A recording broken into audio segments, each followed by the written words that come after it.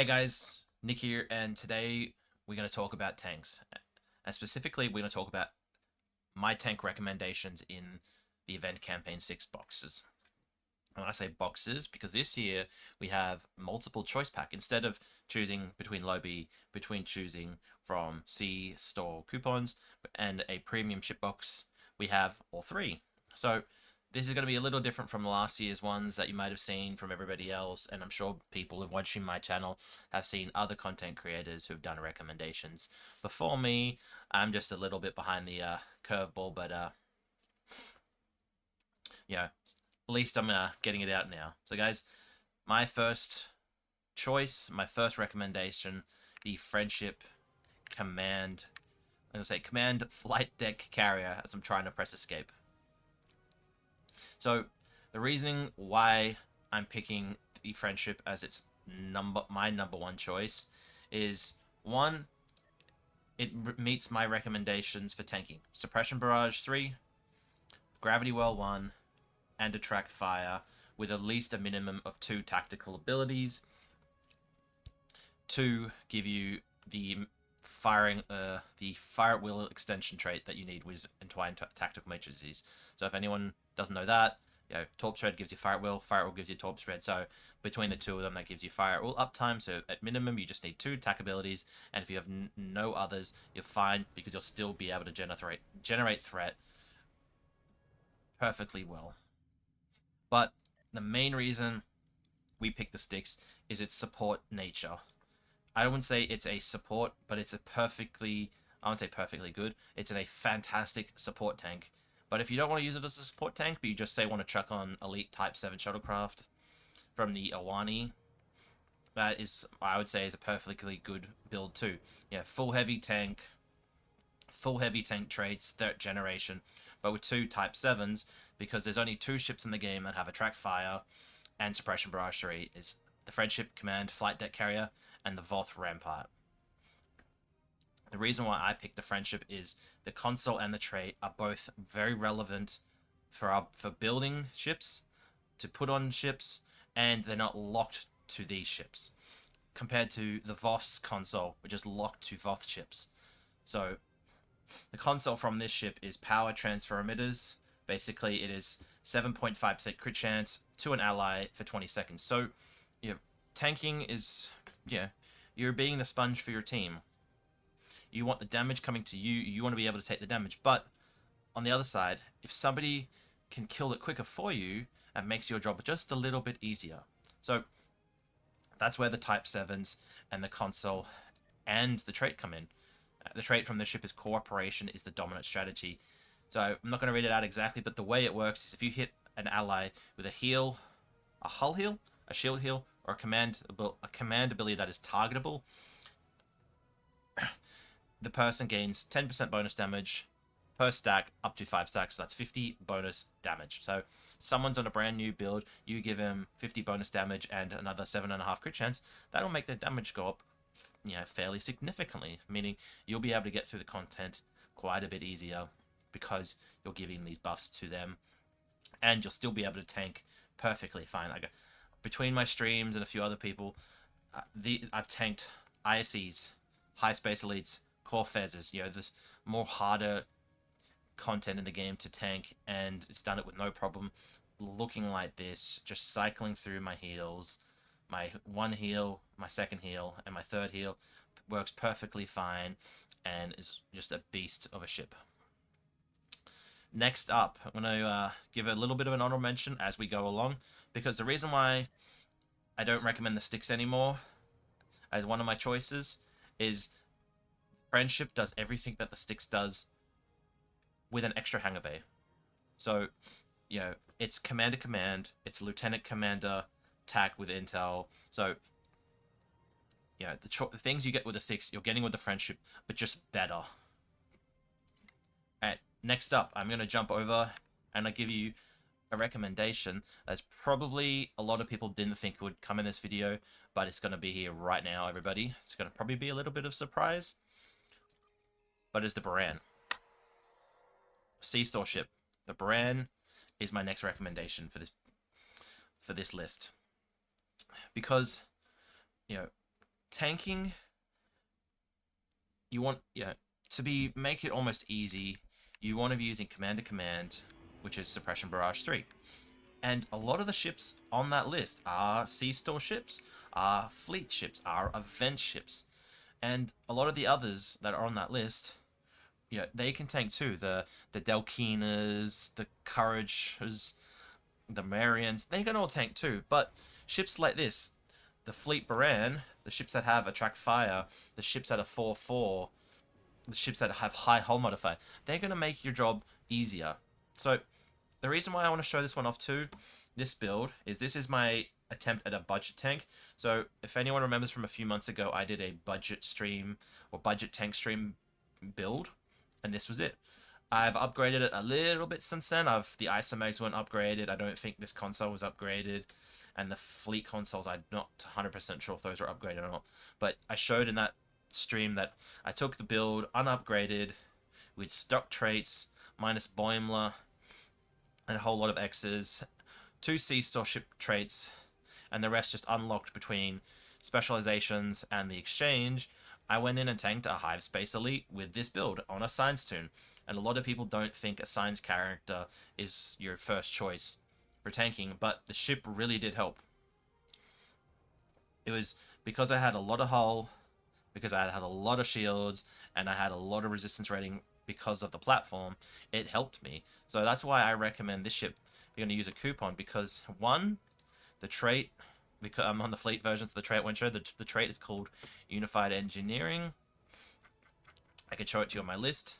When hitting auxiliary power, auxiliary power to structural integrity field or command bridge officer abilities, your team, not you, your team will gain 10% maximum hull, 10% recharge for bridge officer abilities, 10% flight speed turn rate, 10% flight speed, and 50% hull regen. So you're getting more hull, you're getting more recharge, you're making these heavier ships turn well, and you're getting 50% hull regen, plus you're getting that to your teammates. So everybody's moving better, everybody's tankier, everybody's regenning more. So I think it's a rather valuable trait.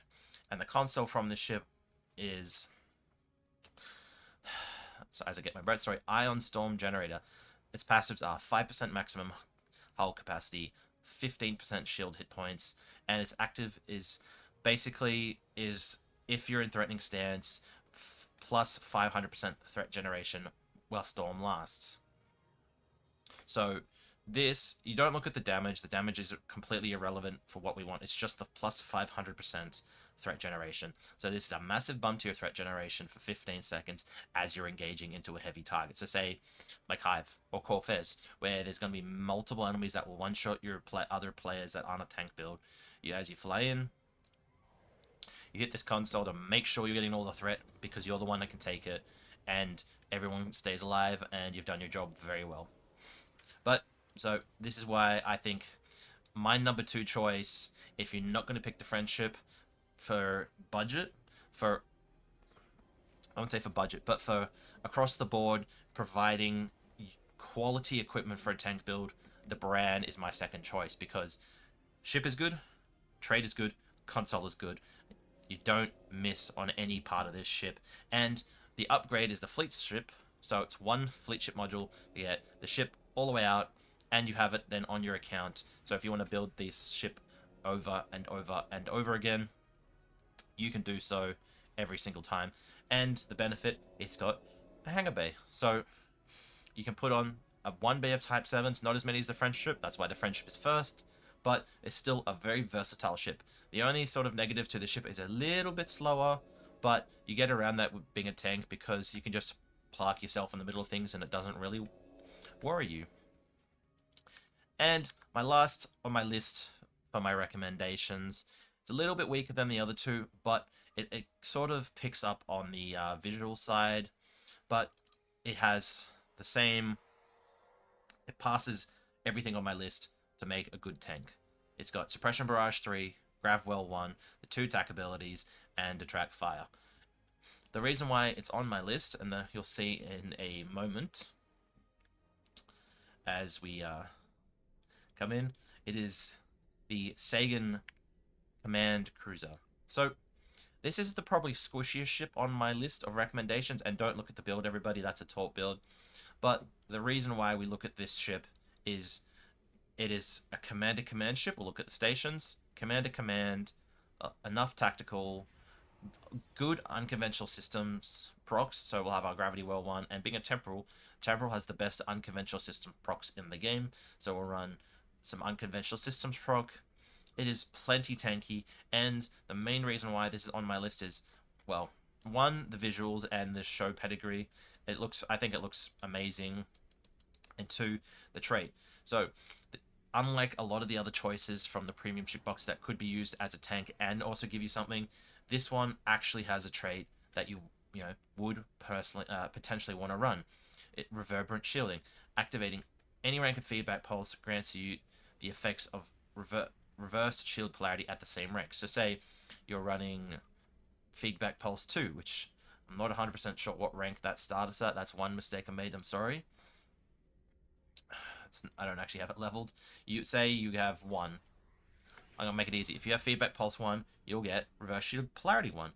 If you have 3, you'll get 3, and the vice versa. So if I hit reverse shield polarity with this trait on, as I can show you right now, I'm gonna just we'll take that off. I can't spell. Put on reverberant shielding. I have RSP on my build. We can hit RSP, and see it says feedback pulse 3 from reverberant shielding. So I have both running at the same time. So this meaning you can have 100% uptime on feedback pulse and 100% uptime on your reverse shield polarity. And with a little bit of work, not even a lot, just a little bit of work, especially with reverse shield polarity 3, you can have this at 100%. So you can have 100% of the energy damage done to your shields healed. So between that, the Valor console, and any hull regeneration you have, it'll make you incredibly tanky, and I think is a very undervalued trait in this game. And last but not least, I'm going to go to my honorable mentions. So I'm going to turn over the screen. My honorable mentions. The World Razor Temporal Juggernaut. So the reason, probably in the wording, if you've been listening to this video, the reason why it's an honorable mention, the Temporal Ops. It doesn't meet my criteria for Suppression Barrage to make a high-end excellent tank, but it is Lieutenant Commander Command, so it can have at least Suppression Barrage 1, so you can reduce the damage incoming to you still a little bit, but not as significant as Suppression Barrage 3.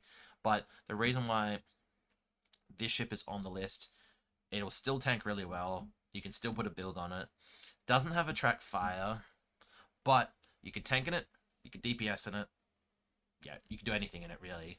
So that's the reason why it's on the list. It's a Galaxy, so yeah, it looks fantastic. It's not the best version of a Galaxy to tank in. I think I've shown that in my videos. I've made a Elite Galaxy tank video from a few months ago that I jumped in to Hive, and it showed you it went in and it handled it no problem. And it was a fantastic little ship to fly around. It was the Terran Sirius. But I think this is a very valuable ship because it's going to help you doing average content. You can throw multiple builds on it. If you're looking for something that does a bit of everything, it's not a bad choice. So the World Razor Temporal Operative Juggernaut. And last but not least, I mentioned it earlier. As I scroll up, I'm sorry. The Voth Rampart Command Flight Deck Carrier. So the reason why this is on the honorable mentions list is it's similar to the Friendship. It's command to command, to attract fire, the ability to run a gravity well, has enough tech that you have enough abilities to keep your fire at will up, and the 2 hangar bays. So